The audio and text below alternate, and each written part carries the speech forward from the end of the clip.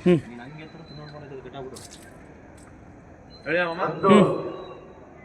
ಸಣ್ಣ ಲಾಜಿಕ್ಕು. ಏನು ಸಣ್ಣ ಲಾಜಿಕ್ ಅಂದರೆ, ನೀವು ಮುಂದಿನ ವರ್ಷ 3ನೇ ವರ್ಷ ಅಣ್ಣಮ್ಮನ ಉತ್ಸವ ನೀವು ಕೂಡ ಏನಾದರೂ ಮಾಡಬೇಕಂದ್ರೆ ಪ್ರತಿ ತಿಂಗಳು ನೀವು 200 ರೂಪಾಯಿ ಅಥವಾ 300 ರೂಪಾಯಿ ಅಥವಾ 500 ರೂಪಾಯಿ ಒಂದು ಡಬ್ಬನ್ನು ಹಾಕಿಟ್ಬಿಡಿ. ನಾವು ಯಾರು ಮನೆಗೆ ಬರೋಂಥದ್ದಿಲ್ಲ.